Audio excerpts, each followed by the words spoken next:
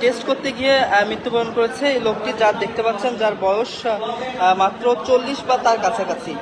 একদম আমার মনে হয় 40-এরও কম হবে। একদম কিছুক্ষণ আগে মারা গেছে।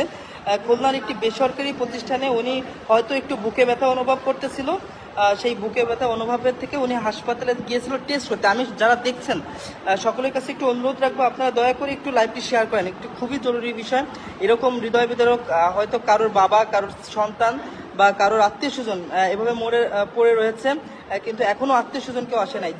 রিপন ভাই একটু মাথাটা ঘোরায় দেখান না। যারা দেখতে পাচ্ছেন, আমি সকলের কাছে প্রথমে অনুরোধ রাখছি একটু লাইভটি শেয়ার করতে থাকুন।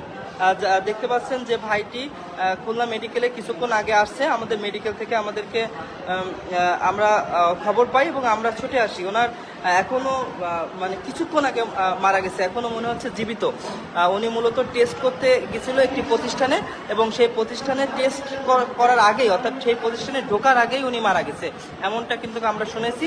এবং যে প্রতিষ্ঠানের থেকে আর কি, সেই প্রতিষ্ঠানের লোকজনই খুলনা মেডিকেলে নিয়ে আসে এবং এখানে কর্তব্যরত ডাক্তাররা তাকে মৃত ঘোষণা করে।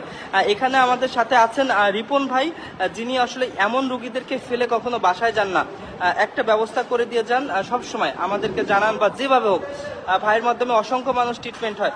রিপন ভাই আসলে অত্যন্ত হৃদয় বিতরক, এমন একটি অবস্থায় পড়ে থাকা মানুষজন, এনার ঠিকানা দেওয়া আছে, এনার নাম হলো সুজন, তাই তো?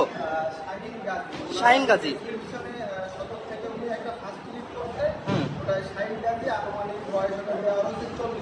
হ্যাঁ হ্যাঁ এক্সরের জন্য, ইসিজির জন্য একটা বেসরকারি প্রতিষ্ঠানে গেছিল একটা পরীক্ষা করার জন্য। হ্যাঁ হ্যাঁ হ্যাঁ তো ওই জায়গায় যাই উনি পড়ে গেছে। পড়ে গেলে প্রতিষ্ঠানের কিছু কর্মচারী বা কর্মকর্তা যারা ছিল ওরা তো আমাদের এই জায়গায় নিয়ে আসছে। আনার পরে আমরা ইসিজি করে আমার ব্যক্তিগত যে মেডিকেল অফিসার ছিল উনি দেখে ওই সমস্ত উনি নাই। এই অবস্থায় তো আমরা ল্যাকিং করতে এইভাবে র্যাকিং করে যাইতে পারি না। এটা মানবিক দিক দিয়ে সর্বক্ষণিক আমাদের সঙ্গে ব্লাড ব্যাংকের সঙ্গে আমাদের একটা ভালো সম্পর্ক এবং ওনাদের জানাইলে আমরা একটা ভালো একটা সমাধান পাই। আমরাও এরাও চাচ্ছি যে আগের বেলার মতন এই লোকটা যাতে সরকারের কাছে এনাকে পৌঁছে দেওয়া যায়, সেই একটা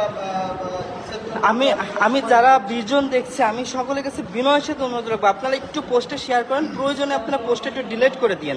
আপনারা একটু কমেন্ট করবেন, যে কোনো কমেন্ট করেন, তাহলে পোস্টটা রিচ পাবে। আমি সকলের কাছে বিনয়ের সাথে অনুরোধ রাখছি, আমি বোঝাইতে পারবো না যে